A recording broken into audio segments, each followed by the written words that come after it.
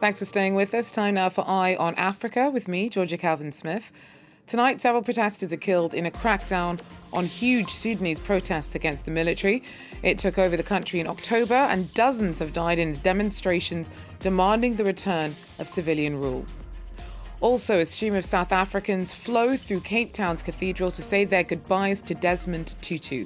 The Nobel Peace Prize laureate passed away aged 90 last Sunday, and despite his rich legacy, he lies in state in the simplest of caskets. And there's disappointment and anger at the US's decision to delist Ethiopia from the African Growth and Opportunity Act. That is due this weekend. President Joe Biden has cut the country off from the duty-free access scheme over the ongoing war with Tigrayan fighters. But first, 4 protesters were shot dead by Sudanese security forces during protests against military rule on Thursday. Despite a lockdown and severed communications, tens of thousands of people turned out to demonstrations in Khartoum, Bari and Omdurman, demanding that the military rulers who grabbed power in a coup late October leave government. Yuko Roya has more.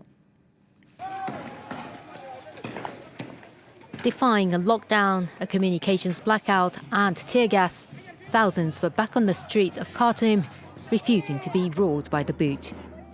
معروف حمايتي والبرهان اللجنه الامنيه بتاعت البشير المفروض المنظومه دي من البدايه تسقط من اعتصام القياده نحن للان اهداف الثوره ما تحققت منا ولا حاجه. طيب نحن اليوم طالعين لاسقاط حكم العسكر ولاسقاط الاتفاق السياسي اللي هو كان لحقن دماء الشهداء ولكن للاسف الدماء لم تحقن. Initially placed under house arrest following a coup on October the 25th, the ousted Prime Minister Abdullah Hamdok was reinstated last month after he struck a power-sharing deal. He said that it was an important and necessary step towards achieving peace, but the agreement sparked anger among protesters who denounced the move as a betrayal. They demand that the military play no role at all in government during a transition to free elections that the deal promises to hold in 2023. Thursday was the 11th day of major demonstrations since the coup, despite a heavy-handed response by security forces. New surveillance cameras have been installed as Sudan's Sovereign Council this week gave sweeping powers to the country's intelligence service. According to the Central Committee of Sudanese Doctors, around 4 dozen people have been killed in police crackdowns since October.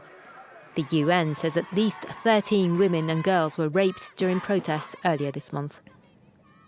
South Africans flocked to Cape Town's St. George's Cathedral on Thursday to pay their respects to the late Desmond Tutu. The Nobel Peace Prize laureate died aged 90 on Sunday, and his body will lie in state in a simple coffin until his burial on Saturday. The anti-apartheid hero was a beloved and unifying figure, and many of his countrymen have taken his passing hard. You know, he made a lot of things possible with freedom of speech and everything. So, yeah, we decided to pay our respects while we're here, and it's a great moment in history. I also was very pleased with the coffin. We would call that coffin a pauper coffin. It's completely plain pine, undecorated with rope handles. And to me, that statement, and just a little simple bunch of flowers, of carnations. And I like that. It's a loss to the country, but his legacy lives on. Peace, prosperity, and honesty. That feeling, whenever you encounter death or somebody so close to you, you get that same feeling again. Well, Archbishop Tutu helped preside over South Africa's Truth and Reconciliation Commission, which investigated apartheid-era crimes. He once broke down in tears over the harrowing, emotional testimony being presented to him. Many members of the former regime who appeared before the commission received amnesty, but today some South Africans still feel anger over the injustices they endured. Our correspondents report. About 100 kilometers from Cape Town, Worcester was the scene of street clashes in the 1980s. Harris Sebeko has been a victim of police brutality and jailed several times. He has never had the opportunity to testify at the Truth and Reconciliation Commission. We are still having that hate, that the police that were doing these bad things to us. We know them, but we couldn't sit with them on one-on-one. Some of the people maybe said, "No, it's okay, man, let it go."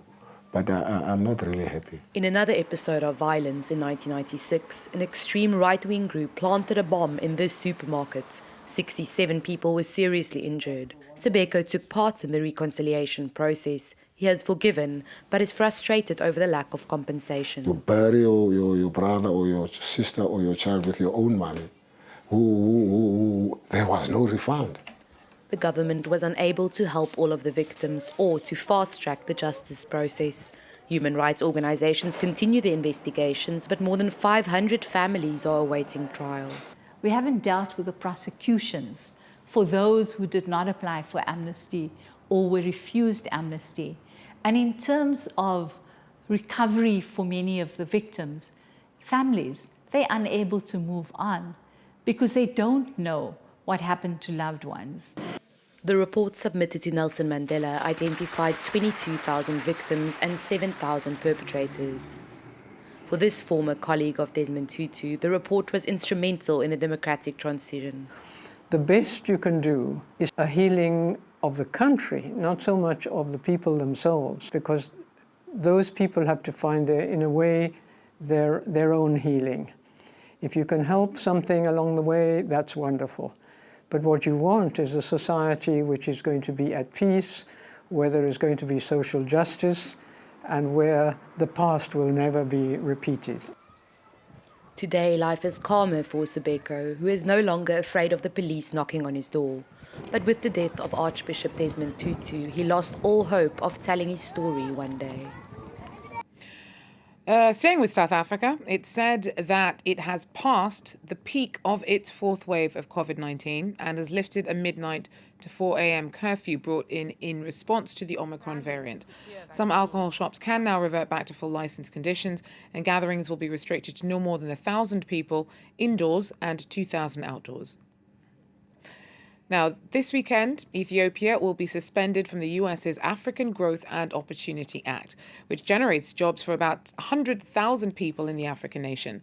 It's faced a devastating year-long war between fighters from the northern region of Tigray and federal troops. All sides have been accused of atrocities, and Washington says it's ejecting Ethiopia from AGOA on January 1st over human rights violations. The Ethiopian diaspora has campaigned hard against the decision, warning that it hits the vulnerable hardest. The scheme gives sub-Saharan African nations duty-free access to the United States. Tibabu Asefa is an Ethiopian-American social entrepreneur in the US. Earlier, I asked him what the AGOA delisting would tangibly mean for Ethiopia. Ethiopia in the last 10 years have tremendously grown her ability to export to America and Europe in the garment industry.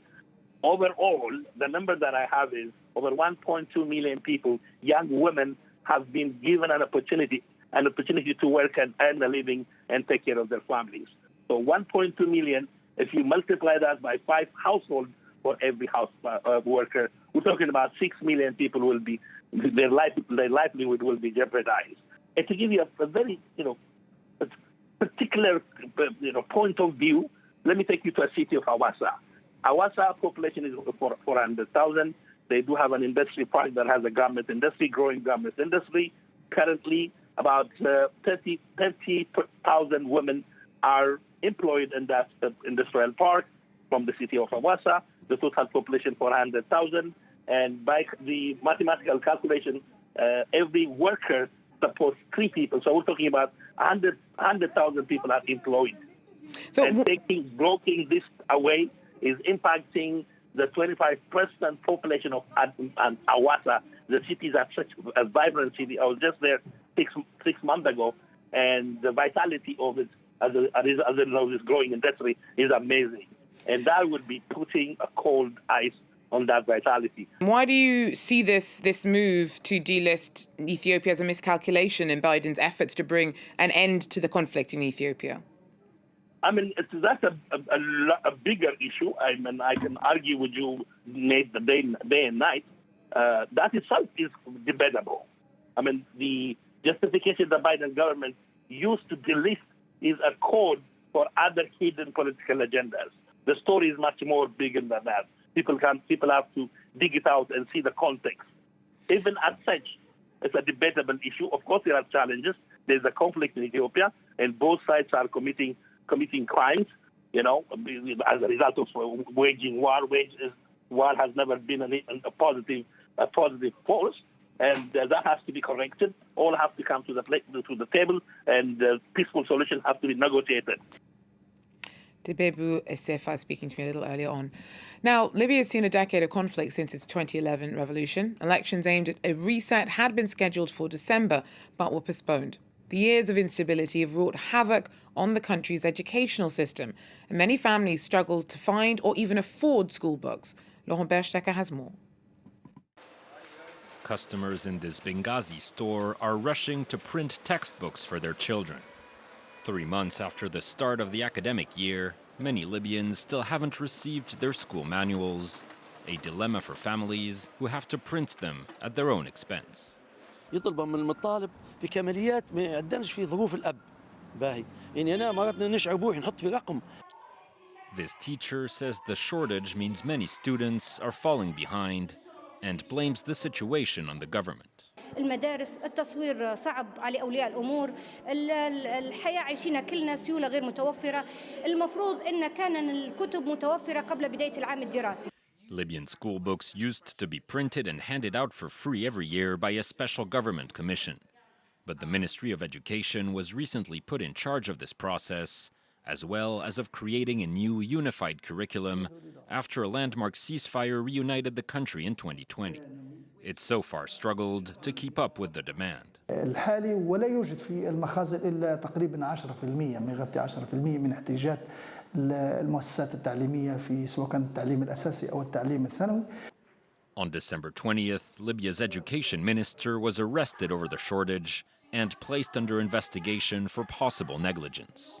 A ministerial cabinet created to tackle the issue now says some 34 million textbooks are currently being printed and that it will begin distributing them in January. Well, that's it for Eye on Africa. Thanks for joining us. Do so again. Take care.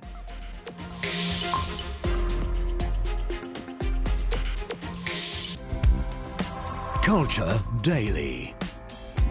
Every day, France 24 fills you in on the latest in the world of culture.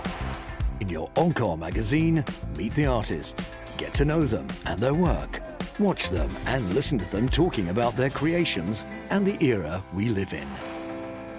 Stay up to date with all things cultural in France and around the world. Get your culture fix daily on France 24 and France24.com.